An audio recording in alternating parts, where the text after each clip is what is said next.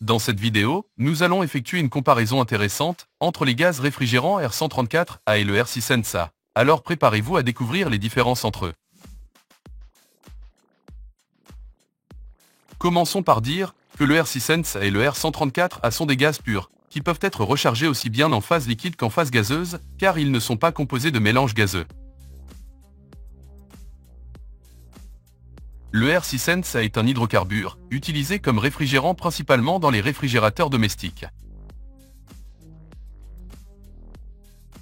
D'autre part, le R134A est utilisé dans des équipements de toute puissance tels que les réfrigérateurs domestiques et commerciaux, les refroidisseurs pour la climatisation des bâtiments, les refroidisseurs pour le refroidissement des machines, et les systèmes de climatisation automobile.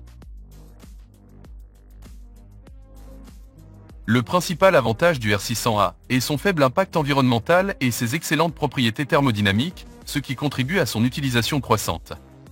Le R600A n'endommage pas la couche d'ozone et a un potentiel de réchauffement global, PRG, de 3.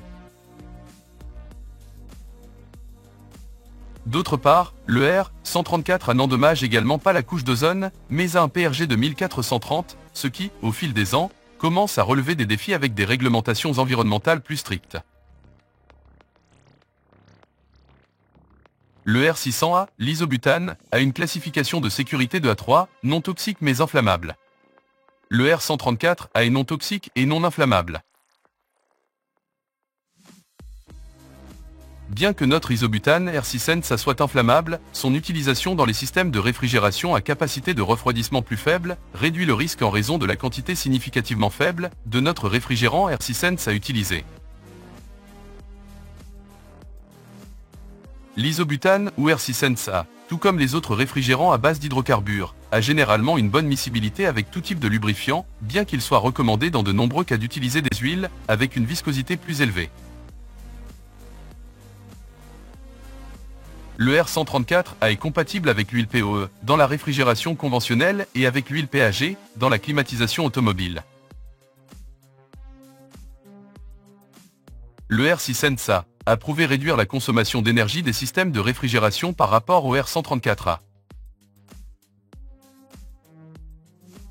Le R600A et le R134A ne sont pas des substituts directs l'un de l'autre dans les équipements déjà utilisés sauf autorisation du fabricant. Cependant, si notre R600A est remplacé par notre R134A, le capillaire doit être changé car le déplacement du compresseur avec notre R600A est plus élevé qu'avec un R134A. Maintenant, étudions en détail les pressions spécifiques de chacun de ces gaz réfrigérants où nous observons que les pressions de notre R600A sont très basses, atteignant même des pressions de vide dans les applications à basse température. Les pressions de gaz réfrigérant R134A les plus utilisées sont pour atteindre une température de moins 20 degrés Celsius dans l'évaporateur, où une basse pression de 0,32 bar est nécessaire. Pour atteindre une température de moins 15 degrés Celsius dans l'évaporateur, une basse pression de 0,63 bar est nécessaire. Pour atteindre une température de moins 10 degrés Celsius dans l'évaporateur, une basse pression d'1 bar est nécessaire. Dans certains cas, il est utile de connaître la pression de l'équipement lorsqu'il est éteint.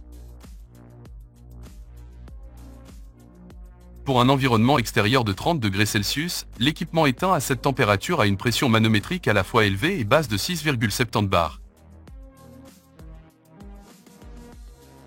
Pour un environnement extérieur de 30 degrés Celsius, la température du condenseur est généralement d'environ 10 degrés Celsius au-dessus de l'environnement où se trouve l'équipement, comme indiqué dans le tableau. À l'écran, nous avons un manomètre de pression spécialement conçu pour fonctionner avec le gaz réfrigérant R600A. Rappelez-vous que ce gaz fonctionne avec des pressions assez basses par rapport à d'autres réfrigérants. Les valeurs de pression pour R600A sont des valeurs inférieures à la pression atmosphérique. Comme il est difficile d'avoir une mesure précise pour de telles petites valeurs de pression, il est recommandé de travailler avec R600A uniquement avec des manomètres spéciaux pour ce gaz. Par exemple, pour une basse température de moins 10 degrés Celsius, nous devons simplement attendre que l'aiguille s'arrête avec l'équipement allumé à la valeur de moins 10 degrés Celsius. En plus d'utiliser le manomètre approprié, la charge du gaz réfrigérant R6Sense doit être effectuée par poids pour réduire les chances d'erreur. Le R600 peut être chargé à la fois en phase liquide et en phase vapeur. Maintenant, nous allons vérifier quelle sera la valeur de la pression élevée pour un environnement de 20 degrés Celsius et une température de condensation moyenne d'environ 30 degrés Celsius. Enfin, nous réglons l'aiguille à 30 degrés Celsius et notons la valeur de pression.